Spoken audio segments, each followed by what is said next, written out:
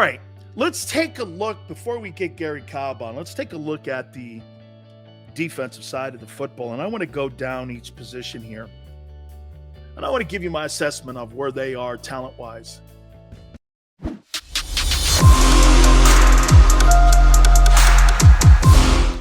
Please hit the like button. Tartt got released by the Eagles. Yeah, I said he has been very uninspiring. Very uninspiring. 49ers were right to let him go, weren't they? To me, it just looked like he was a step behind the whole time. Okay? Yeah, Steven. Very, very talented punter. He's a guy that changes field position for you. That guy's dream's over. Okay? The guy's dream's over. All right. Let's take a look, before we get Gary Cobb on, let's take a look at the defensive side of the football. And I want to go down each position here. And I want to give you my assessment of where they are talent-wise. And I do believe they'll go to a 43 front. I got first, second, and third team. I got this from Tracy Rocker, actually, on what the depth chart looks like now. Okay? Left defensive end, Brandon Graham. I think Brandon Graham actually has had a really good camp. I think that he has brought his leadership in the room. I think they're pretty stable there, pretty solid there. I'm pretty impressed with that position on the team. Is he an elite player? No. But is he a frontline starting defensive end in the NFL? Absolutely. Any team would be proud to have Brandon Graham starting on their defensive line. I'm a fan of his. Fletcher Cox, yet to be determined on what kind of season he'll have. They bring him back on a one-year deal. Fletcher's going to become like a gypsy here real soon, like Ndamukong Suh was, where this is his final year in Philadelphia. And I think Fletcher's going to give you the very best year probably that he's had in the last 3 years, because he's going to want a potential team out there to not want to have to give him such a haircut when it comes to his next team salary he's going to make. He's making $14.4 million this year with the Eagles. He'll be looking for a $10 million a year deal. So for him to do that, he's going to have to put up 5 or 6 sacks, and he's going to have to put up 30 tackles this year. He can't have some of them donut games that he had last year. Now, was that because Jonathan Gannon and the system that he had is not conducive, and that stupid-ass two-gapping crap that he has sometimes, not getting the penetration? Yeah. So Eagles cut Carson Strong too. Okay. Boy, I'll tell you something, though. They never gave that kid an opportunity. I never saw the kid in a game, barely any, right? Philiopolis says Sills was talking up Mac Jones, and then he looks like dog shit. Yeah, because they're coaching him. You know what they're doing to your guy? His mustache stuck. He must have sucked in practice. I know, but how can you tell they didn't practice? Philiopolis thinks that Mac Jones sucks. No, it's called coaching him hard in the preseason. Unlike your guy. Here, Jalen, how can we make this perfect for you? Can we rub your feet? He was coached hard by Belichick. Okay? I know he did. I saw it too. At least he played.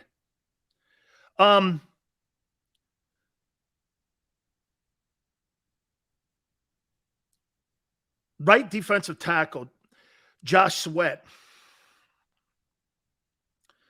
Now, Josh Sweat's in there because what? Hargrave's injured? Is that right?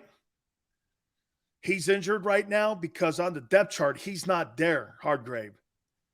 Okay, so Sweat, they've got depth there. I actually like him. And you know what I'll tell you about him this year? I'll tell you one thing that I actually like. He's kind of showing me he's becoming a 3-down defensive lineman now. He's kind of showing me that a little bit. So there's depth there. They'll get Hargrave back. Oh, pretty good defensive tackle in the triangle will look awful good. Right DE, Kaiser White. He's probably been your MVP in the preseason here. Um, Eric says Hurts is exactly who he was last year. I agree. Okay. Sweat will have 12 sacks this year. He may. He may. He may end up having that. And you know what? I would say this to you too. They've had some injuries inside in this camp for whatever reason. Middle linebacker TJ Edwards. I really like him. I think he's brought a different personality to the team. And he's made it hard for the coaching staff to have to take him out and put Nakobe Dean in there. Strong side linebacker, Hassan Reddick. We'll see what Reddick is going to do. You know what? He's a pro. He's had 2 straight years of double-digit sacks in 2 different franchises, which is remarkable. And it shows you that he could pick up a system immediately. Okay? So I would say this to you. I would sit there and I would have him, in my opinion, I would sit there and I would look at him and go like this. Look, he is really a guy to me that has really put an attitude in that place. And I like Hassan Reddick. Darius Slay, left corner. Slay's injured, right? Slay's injured a little bit. Rest him the whole way. You got 13 days, in my opinion, before you sit there. Okay? 13 days. Here's where you're a little trouble. Marcus Epps, safety, and Harris, free safety. Dudes. Those guys do not have strangleholds on that position. Okay? He does not have strangleholds on that position. And right cornerback, you have Bradbury. Okay? So, again, I think your defense is a good-looking football team. I think your defense plays in a 43 or a 5 front. I think you're going to see multiple looks. You can go 5 front, 43. There's guys that are injured right now that they have on the depth chart that are a little bit out of position right now. But once we get 13 days in, I think everything's going to look pretty good for them to line up. We shall see what happens on that side of the ball. The question mark, once again, is going to be Jonathan Gannon. He will be the big question mark. Let's go over to the offensive side of the ball here. Right tackle's outstanding. And Lane. Jack Driscoll backs him up. Right guard is Isaac Seumalo. I think he's had a heck of a camp.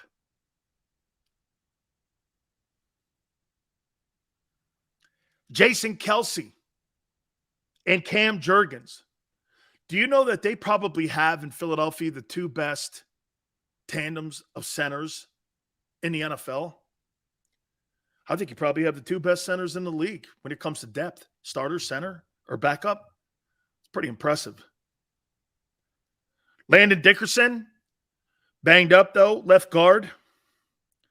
And Jordan Mailata. Your offensive line is outstanding. It's just outstanding. Your tight end's becoming outstanding. Okay? Wide receiver, 3 set. Quez Watkins,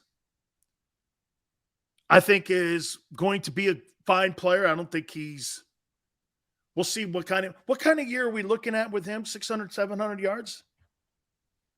You're hoping? That would be a reach, but I'd like to see 600, 700 yards from him. Devontae Smith, it's going to be interesting to see at the end of the year what his numbers will be. Ty says 750 for Quez. So 750 for Quez. I can't wait to see what Devontae's numbers are this year in catches, yardage, and in touchdowns. I cannot wait to see it because I don't think it's going to be as high as people think it is. A.J. Brown. AJ will probably go down normal, 70 catches, 1,000 yards, 8 touchdowns. That's kind of who he is. It's kind of who he's always been. You know, if you don't think Ryan Tannehill is that good a quarterback, well, quite frankly, it's not that much of an upgrade for him then from Tannehill to Hurts. There's no upgrade there. So he's going to put the same numbers up. I mean, A.J. Brown's not with an upgrade at quarterback when it comes to throwing the football. He's not. And I'm not saying Tannehill's a great passer of the football, but they did win ball games with him last year. Brown overpaid. Well, that's exactly what Tennessee thought. He was not the main focal point in Tennessee ever in his career. And that's why he was let go and allowed to leave the building. He was allowed to leave the building because he was not a focal point of their offense. Okay? 1,400 yards, Smith. Eagles in talks to trade with Bills for running back Zach Moss. Right. Tannehill is more accurate than Hurts. Actually, by far. Miles Sanders banged up. Running back position, I don't know. It's by committee. And then you got Jalen at quarterback. If I were to look at this offense, I would say this.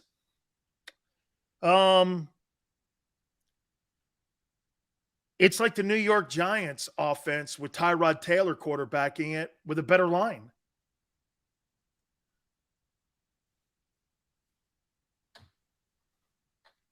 That's how I look at it. By the way, don't think that that's a diss. I actually think Tyrod Taylor should be the starting quarterback in New York. I don't think they should start the season with Daniel Jones. I think Tyrod Taylor completely beat that guy out. Then he got hurt over the weekend, and he got banged up, but I like him. I don't have a problem with Tyrod Taylor. Okay? I don't. Tannehill's getting replaced next year. Well, we'll see. Remember something. You got to be able to win games throwing the ball, like Mike Vrabel says, not running it. You don't run the ball in Tennessee at the quarterback position. You throw for wins, not run it. They don't want Willis running for touchdowns in Tennessee. They want him throwing for touchdowns in Tennessee. That's called being coached.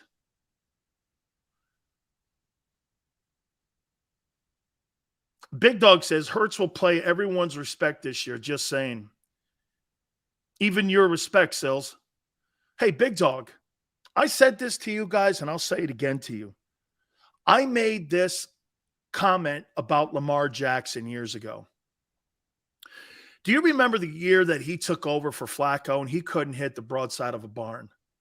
He was terrible in the playoff game against the Chargers. He couldn't find anybody. I said that guy'd be out of the league in 5 years. The next year, he comes back and he wins the NFL's Most Valuable Player Award and leads the league in touchdowns. I came out and I said at the end of that year, I've never been made to look any more worse than I am right now. And remember something. Skip Bayless said that Ryan Leaf would be a better quarterback than Peyton Manning when those two guys came out of college. Okay?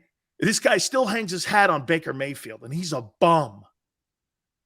So getting the quarterback position, right or wrong, I'm not the only one that gets it wrong or right.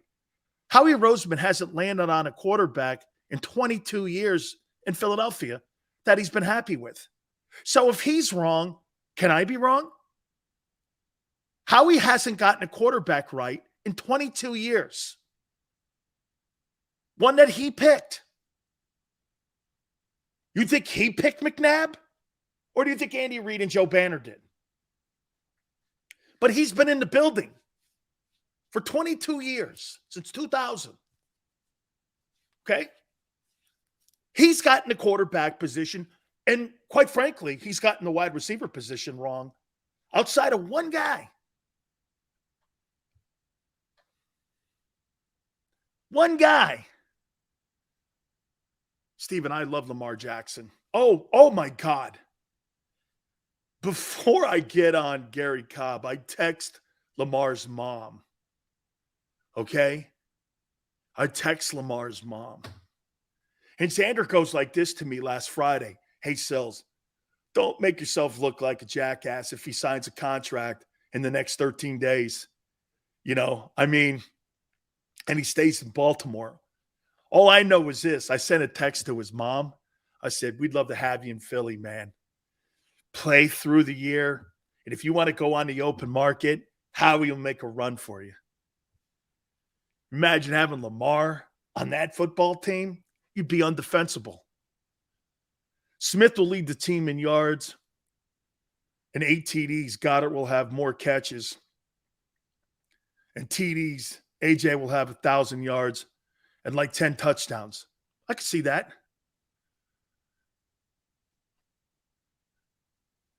Phillypolis, Sills, you have really acclimated to Philly radio with the negativity. What negativity? What are you talking about? Negativity. Boy, truth is negativity? Okay. I didn't realize that until right now. Thank you, Phillypolis. Negativity is truth. Ooh, I didn't realize that. So then it's a you thing. Okay. It's a you thing. Ash, Sills keeps it real. I try, Ash. People hate it though, man. Hey, isn't this an exercise in people not liking the truth? That's how I look at it. Every time I see somebody say something like that, it's an exercise in their own truth and how they perceive things. Andy Reid had full control during his tenure. Okay, then flex. So he had nothing to do with Carson Wentz. Did he have anything to do with Carson Wentz? Did he? None? Maybe? I'm fired up. Start the damn season now. Steven, right on, man. Hollywood Brown wanted out of Baltimore. Yeah, well, quite frankly. So listen to what Big Dog says. Hollywood Brown wanted out of Baltimore like Hollywood Brown is a top 10 wideout. Right. Okay. Hollywood Brown. Okay. Good luck to you in Arizona. Hey, by the way, better stand in line because when DeAndre Hopkins comes back, no one will know your name. Okay? Nobody will know your name. You're going to be like Tucson Brown instead of Hollywood Brown. Tucson. Hey, big pickin'. Truth does hurt, man. I've never realized, though, that when you tell someone the truth, you know what that turns out to be? Controversial. Ooh. Yeah, I love it, too, over on my Twitter page because I'm critical when I say this. I don't believe Jalen Hurts is a franchise quarterback. He hasn't proven it yet. That's racism. I don't give a shit what it looks like. I care about winning. Winning has no color. Has no color. Crossing the finish line. Scoreboard.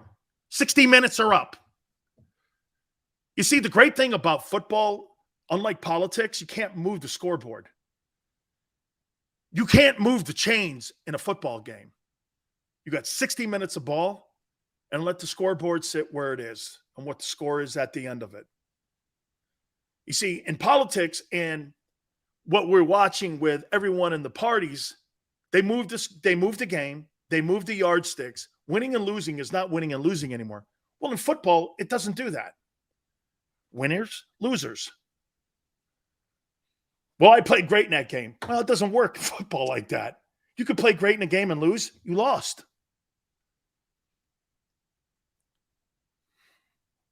You lost. Not a Jalen Hurts day. We're going over the roster, and we're going over expectations on the team. You guys are the ones bringing him up. You see, unlike other people, my friend, Brian, when somebody comes into my sub shop, I give them what they want, not what I want. And I'll tell you something, man. That effort against the Miami Dolphins was terrible.